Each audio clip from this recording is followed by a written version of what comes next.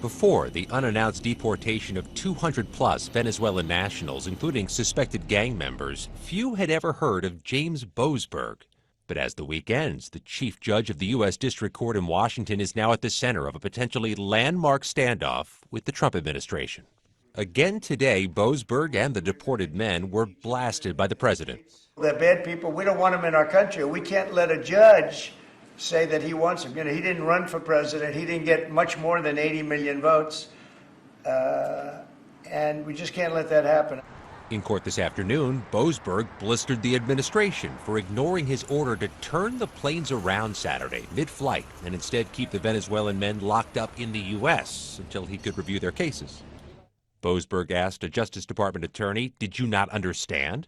And he accused the administration of disrespecting the court, ignoring orders, and missing deadlines. Trump's critics say the president is openly defying the judge and risks destabilizing American democracy and the separation of powers. Former Department of Justice lawyer Aram Gavour said the stakes are high.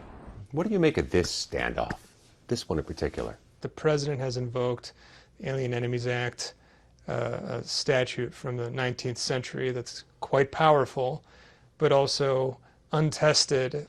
So as a result, the litigation is necessarily going to be fast-paced, intense, high stakes, and there will likely be, and there already currently is, further review with appellate courts. Attorneys have argued to Boasberg some of those scooped up last weekend weren't gang members at all, including a soccer goalie who's a native of Venezuela. An attorney argues the Trump administration mistook his soccer tattoo for a gang symbol and gave him no opportunity to make his case from jail before he was deported. Lee Gallant of the ACLU represents plaintiffs in the case. And so I think what we're going to see are many, many people being falsely accused of being a member of this gang. And what that means is they could end up in a Salvador prison for a year, 2 years of their whole life.